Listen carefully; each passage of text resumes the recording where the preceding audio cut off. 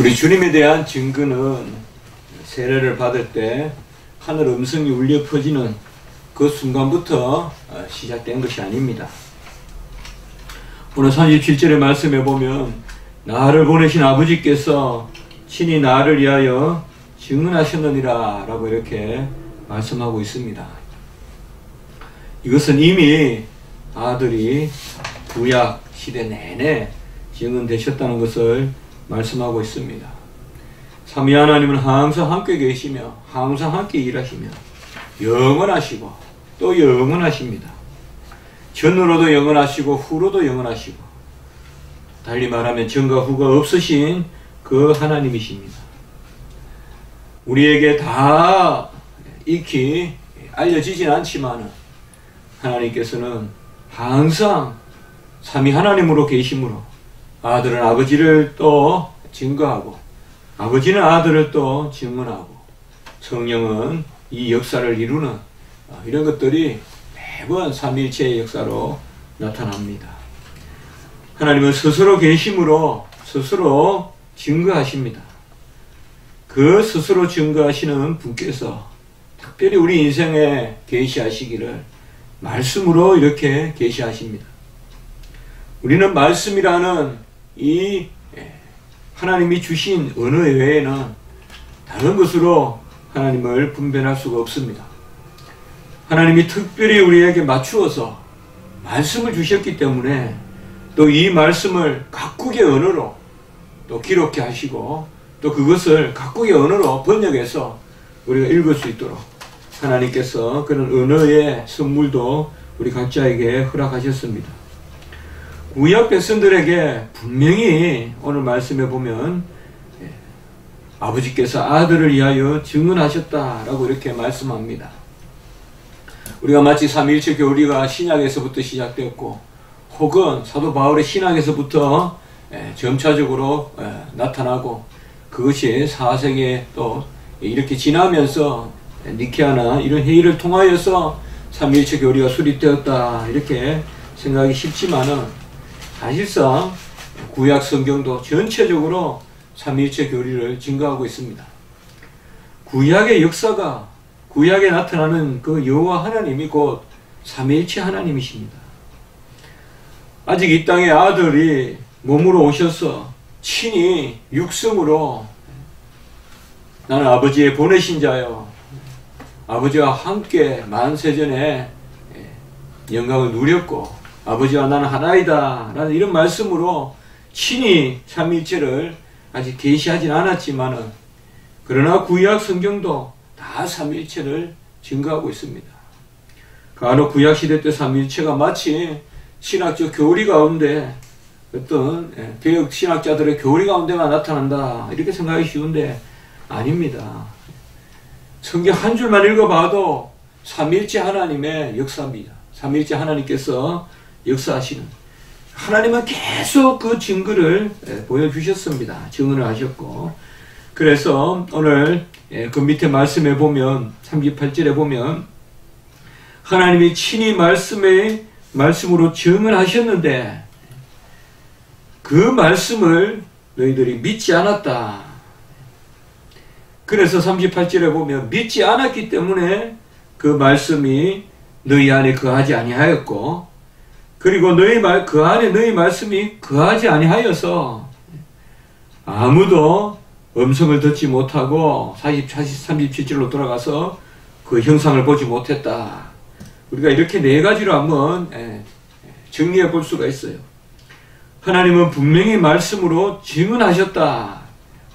제가 아까도 말씀드렸지만은 아버지는 아들을 분명히 증언하시고 아들이 구름기둥 불기둥을 이끄시고 아들이 떨기나무에서 나타나시고 아들이 강야의 지도자시고 아들이 기묘로 나타나시고 아들이 여호와 샬롬으로 나타나시고 수시로 아들은 이 땅에 오셔서 그들에게 증거하셨습니다. 그러나 그들이 그것을 믿지 않았다.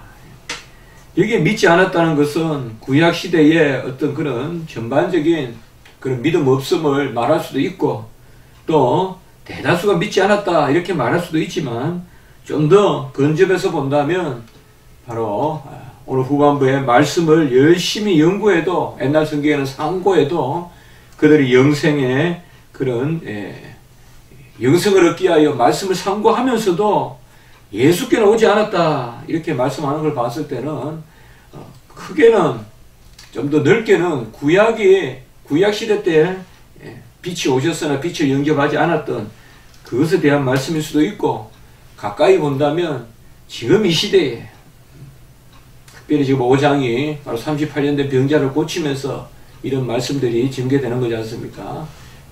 말씀을 열심히 상고하고 열심히 읽는데 사실상 영접하지 않고 주님을 믿지 않는다. 그래서 친히 증언하셨어도 믿지 않았기 때문에 그 말씀이 너희 속에 거하지 아니하였다. 그러니까 주님의 말씀이 이 땅에 오셨는데 그 말씀을 우리 안에 받아들이는 것은 믿음이 있어야 한다. 38절에 보면 그가 보내신 이를 믿지 않았다. 그러니까 믿으면 말씀이 우리 안에 거한다. 요한복음 55장 7절에 말씀이 거한다 이 말이죠. 그러니까 믿음이 없으면 말씀은 사실상 나와 무관한 거예요. 아무 의미가 없는 거예요. 믿음으로 말씀을 수납하고 받아들여야 그 말씀이 비로소 나와 관계를 맺고 의미가 있는 것입니다. 그래서 이 땅에 말씀이 왔으나 그 말씀을 믿지 않기 때문에 그 말씀이 너희 속에 거하지 않아서 37절에 아무 음성도 듣지 못하고 형상도 보지 못했다. 이렇게 지금 말씀하고 있습니다. 그 정확한 계시의 어떤 순서라고나 할까요? 아버지는 증언하시고 그것을 믿으면 내 안에 들어오고 그러면 내 안에서 음성이 들리고 형상이 보이고, 이 음성과 형상은 우리가 그저 가시적으로 또 지나치게 신비적으로 이해할 바는 아니지만 뚜렷하게 우리에게 보여주시는 것으로 이렇게 말씀을 하는 것입니다. 당시 시대에 폐역함이 많았습니다. 요새도 가보니까 모여서 예루살렘이라는 말씀을 열심히 읽고 있죠. 그러나 그들이 읽는 말씀이 뭡니까? 구약이잖아요. 유대교. 그러면 막 고유한 방법이 있어요. 저도 어느 교회에 가면 그게 이제 엘리사가 있었던 교회다라고 해서 가보니까 뭐 아무도 없고 황량해요. 그래서 이제 다 지쳐 있고 한데 어느 학생이 그 사진을 전문적으로 찍는다 하면서 제가 좀 지쳐 있으면서 벽에 기대 있는 모습이 보기 좋다 그러면 그때 사진을 찍어 주더라고요. 그리고 이제 오려고 하는데 그 전에 그곳을 들렀던 학생이 있대요. 그 저번에 교수님 이제 제가 자꾸 뭐 한 곳이라도 더 가보려고 하니까 교수님 혹시나 저 밑에 한번 내려가 보자는 거예요. 자기가 분명히 거기 옛날에 왔는데 그 밑에 가보니까 사람들이 모여서 막 말씀을 읽고 하는 것도 기억이 난다 해서 그냥 가보자 하면서 가보니까 정말로 뭐 위층에는 그냥 버려놓은 천국 같아요, 느낌이. 그런데 가보니까 뒤로 가니까 이렇게 계단이 있는데 그 밑에 가니까요 막 높지도 않아요. 천장이 높지도 않아요. 이렇게 낮은 천장 같은데 쫙 넓게 이렇게 쫙 이렇게 정방이 그러니까 직사각형이 같이 퍼져 있는데 거기에서 전부 이렇게 뼈 라운드 같이 꼭 우리 같이 이렇게 돼 있어요. 이렇게 돼 있는 게 아니라 이런 식으로 돼 있어 가지고 성경 말씀이 딱 빛이 돼 있어요. 빛이 돼 있는데 그 말씀을 이제 부자지간에 와서 읽고, 지금 모자 쓰고 있잖아요. 그 유대인들 쓰는 모자 쓰고 읽는데 이렇게 읽는 게 아니고요. 막 고개를 이렇게 막 흔들면서 읽어요. 막 이렇게 하면서 신용을 내면서 그렇게 읽어요.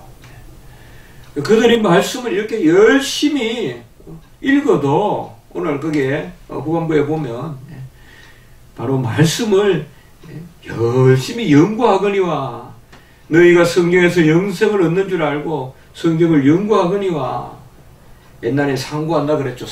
상세히 고찰한다 혹은 나눈다. 그래도 믿지 않기 때문에 아까 말씀같이 주님을 받아들이지 않죠. 그렇게 오늘날 유대교도가 여전히 성경을 암송하고 성경을 읽어도 주님을 받아들이지 않는다. 그러니 그 안에서 주의 역사가 없고 또 전혀 성자를 믿는 그런 믿음이 없는 것입니다.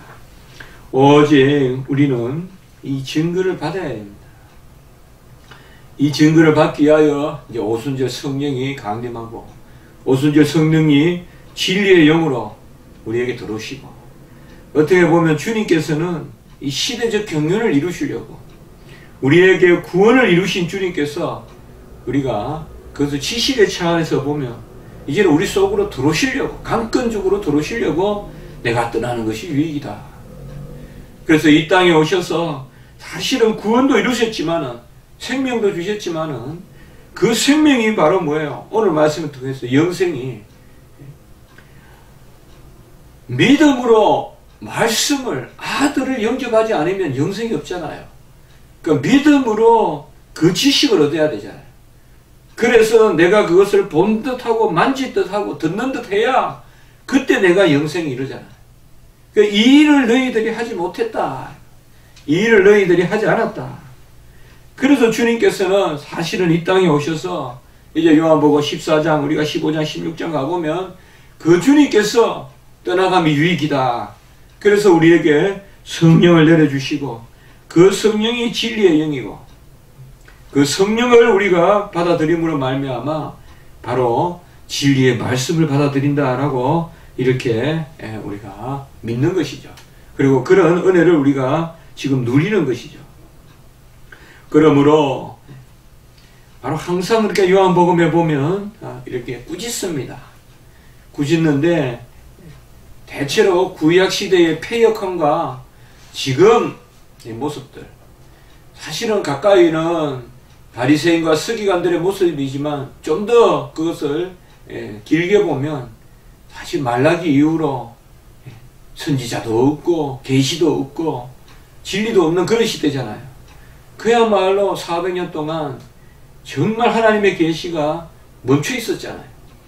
그래서 그저 혁명적인 전쟁이나 하고 무슨 왕가의 그런 다툼이나 일으키고, 참 어떻게 보면 이스라엘 역사상 사사시대 때는 그래도 그렇게 패역해도 주님이 나타나셨잖아요. 하나님이 역사하셨고. 그러나 우리 주님 오시기 전에는 아예 예언도 그치고 다 선지의 말씀도 그치고, 이런 시대 때 이제 우리 주님의 증거가 이렇게 나타난다. 가까이는 그전에는 우리가 뭐 믿음의 일꾼들 선지자들이 있었다 하더라도 사실상 이스라엘의 이 말라기 선지 이후로 우리 주님 오실 때까지는 정말 참 암흑기였다. 그때 이제 마치 한나의 기도로 사무엘이 등장하듯이 그때 사가랴의 기도로 그 가문의 세례 요한이 이제 선지자로 나타나고 그가 우리 주님을 영접하는 것입니다. 그러므로 우리는 항상 오늘 말씀과 같이 말씀이 현존하는데 그 말씀을 우리가 믿어야 된다. 우리는 주로 없는 강맥을 만들어서 캐내려고 하는데 그 강맥이 우리 안에 열려져 있는데도 그것을 우리가 믿지 않기 때문에 우리 안에 받아들이지 못합니다. 없는 것이 아니라 열려 있습니다. 어려움을 당하고 힘든 일을 당하면 그때마다 없다고 생각이 됩니다. 그러나 지나고 보면 있었던 것이고, 항상 우리의 삶을 단추해 보면 지나고 보면 내가 믿음이 적었고, 분명히 하나님의 손길은, 여호와의 그런 지혜는, 하나님의 은총의 그런 소명은 우리 주변에 있었는데 마치 그때는 아무것도 없었느냐, 그렇게 우리가 생각이 쉽다. 주님께서는 이 땅에 오시고 아버지는 아들을 증거하시고 그 증거를 우리에게 말씀으로 주셨다. 참 저는 아들을 이렇게 말씀으로 하나님께서 이름하셨다는 것, 로고스, 다바르 이렇게 말씀하셨다는 것 자체가 그게 우리 은혜 아니냐 이 말이에요.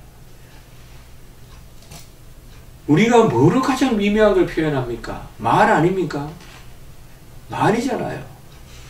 아무리 봐도 손짓 발짓 아무리 해도 안 통하는데 말은 통하잖아요. 하나님은 우리에게 뭐예요? 말씀으로 오셨잖아요. 어떤 행위로 오셨으면 얼마나 교통이 막히겠어요. 행위로 오셨으면 얼마나 교통이 막히겠어요. 자, 행위로 오셨으면 우리도 또 행위로 표현해야 되고, 행위를 드러내려면 행위로 표현해야 하는데 말씀으로 오셨기 때문에 말씀으로. 그래서 믿음은 그 말씀을 들음으로. 그걸 가만히 생각해 보면 참 잘못 믿는 사람들은 뭐 아들한테 말씀이란 단어를 쓸 수 있느냐, 이러면서 말씀이란 단어를 또 쓰지 말자는 사람들도 있고, 이런 이단들도 있어요. 말씀이란 거 로고스란 단어를 쓰지 말자, 또 다바르란 말을 쓰지 말자. 우리가 그렇게 그게 무슨 큰 심오한 신앙 같아도 그게 아닙니다. 하나님은 지극히 낮추어서 저 사렙다 가부 같은 사람들에게도 은혜를 베푸시는데, 그 차원에서 우리가 하나님의 큰 경륜과 섭리를 바라봐야 되지, 벌써 조금 배운다고 해서 벌써 그런 변적법적 논리를 가지고 하나님의 말씀을 판단할 수 없다. 하나님은 친히 증언하셨는데 그것은 바로 우리 안에 말씀으로, 그 말씀이 성경에 기록되어 있는, 오늘 38절과 39절에 보면 말씀이 성경으로, 그러니까 너희들이 잘하는도다, 맞다, 이 성경이 나에 관하여 증언하는 것이다, 이 성경이 곧 내게 관하여 증언하는 것이다. 그러나 어찌 너희들은 성경을 읽으면서 나를 영접하지 않느냐. 이게 바로 이스라엘 백성에 대한 우리 주님의 그런 한탄인 것입니다. 질책인 것입니다. 모든 것이 하나님에 대한 그런 그 계시인데, 일반 우리 은총적 계시가 있고 특별 은총적 계시가 있고, 또 하나님의 모든 계시는 또 아들을 증거하는데, 너희들은 어찌 정작 그런 계시의 가운데 살면서도, 눈부신 극장 가운데 살면서도 정작 주님은 인정하지 않느냐. 그렇게 성경을 상고하면서도 연구하면서도 그 성경에 아들을 증언하는 것인데, 39절 너무 중요한 말씀이잖아요. 이 성경이 곧 내게 대하여 증언하는 것이다. 모세오경이, 역사서가, 시가서가, 선지서가 다 내게 대하여 증언하는 것인데, 너희들은 정작 나에게 오지를 아니하는도다. 여기에도 보면 우리가 히브리서와 같은 성경을 읽다가 참 보면 하나님이 신학이 있어서 이렇게 일치시킨 게 아니잖아요. 연관된 말씀의 일치를 통하여 신학이 나오잖아요. 여기도 보면 히브리서 11장 6절과 같은 그런 구조가 꼭 나오잖아요. 여기에 믿음이란 단어가 40절에 가보면 내게 오기를 원하지 아니하는도다. 그러니까 너희들이 믿지 않았다는다. 38절에 믿지 아니함이라는 단어와 40절에 내게 오기를 원하지 아니한다라는 이 문장이 대꾸되어 있잖아요. 그러니까 믿지 않는 것은 뭐예요? 오기를 원하지 않는다. 하나님 앞에, 주님 앞에 오기를 원치 않는다. 영접하는 자, 그 이름을 믿는 자, 그리고 하나님께 나아오는 자는 그가 계신 것과 상급 주시는 분을 믿어야 할지니. 히브리서에.